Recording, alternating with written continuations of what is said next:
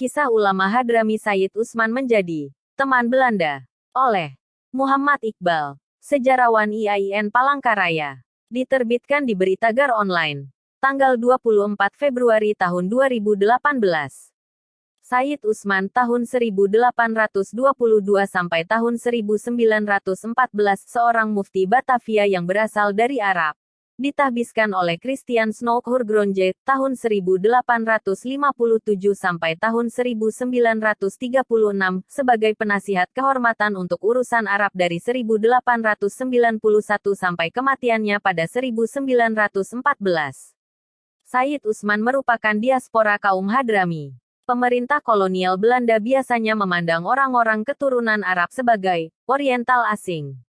Snouck menganggap Utsman sebagai teman Belanda, dan lebih berharga bagi kita tinimbang sekian banyak agen liberal peminum anggur. Utsman menyebut dirinya mufti Islam untuk masyarakat ketika menulis perihal keyakinan Islam, ritual, masalah hukum, dan sosial politik terkait jihad, bid'ah, dan tarekat. Contohnya, dia mengecam para haji yang memberontak melawan Belanda di Cilegon, Banten, dan Jawa pada 1888 dan menyebutnya sebagai kesalahpahaman pemafhuman jihad oleh orang-orang tolol. Utsman ingin mendukung hukum dan ketertiban serta mencegah terjadinya gangguan politik. Kerjasamanya dengan pemerintah mengakibatkan dirinya dituduh sebagai mata-mata Belanda. Azra 2002, halaman 145. Dalam karya historiografinya yang cerkas, Islam, Colonialism, and the Modern Age in the Netherlands is Indies, A Biography of Sayyid Utsman, tahun 1822 sampai tahun 1914. Leiden dan Boston, Brill, 2014. Sejarawan Belanda Nico J.G. Kaptein mendedahkan bahwa reputasi Utsman bermula ketika dia masuk ke dalam lingkaran kekuasaan kolonial pada 1885. Tulisannya Ihwal Tarekat Sufi Naqsyabandiyah, Al-Nasihat Al-Anikali Al-Mutalabisin Bi Al-Tarikah, Nasihat Elok untuk Pengikut Tarekat, Batavia 1883, dipakai oleh pemerintah Belanda, khususnya Holle, dalam menangani peristiwa Cianjur pada 1885. Adalah Snouck-Hurgronje yang kemudian menjadi pelindung Utsman. Snouck-Hurgronje mungkin telah mengenal Utsman melalui Van der Cis di Hijaz, yang dengannya Utsman menjalin kontak secara intensif. Ketika pemerintah kolonial tengah memberi perhatian besar pada pertumbuhan komunitas Hadramaut di Hindia Belanda, ulama Hadrami terkemuka seperti Utsman sangat potensial untuk menjadi pemimpin yang sedang dicari-cari. Snouck-Hurgronje Ali 2017, halaman 136. Pada 1886, Snouck-Hurgronje memuji Utsman sebagai sekutu Arab pemerintah Hindia Belanda.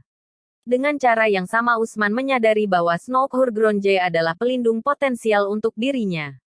Karena itu, dalam sebuah surat yang dia kirim kepada Snouck-Hurgronje, dia menyatakan kesediaannya mengabdi kepada Belanda.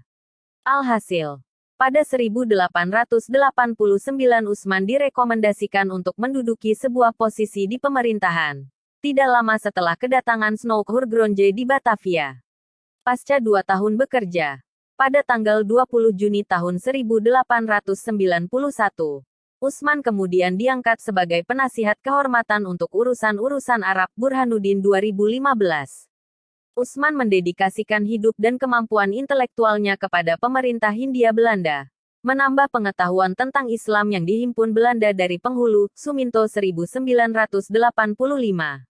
Sayyid Utsman adalah seorang ulama yang loyal, yang bertungkus lumus untuk seperti diharapkan oleh Snouck memberi legitimasi agama kepada kekuasaan kolonial Hindia Belanda. 1 tahun kemudian, Utsman diminta menyusun sebuah doa khusus untuk Ratu Wilhelmina dalam upacara naiknya sang ratu ke singgasana, tanggal 31 Agustus tahun 1889. Utsman pun ikut serta dalam doa untuk sang ratu, memuji perlakuan kolonial yang adil kepada Muslim Hindia Belanda, karena membolehkan melaksanakan kewajiban-kewajiban agama mereka dan menjaga keamanan dan keadilan dalam kehidupan negara.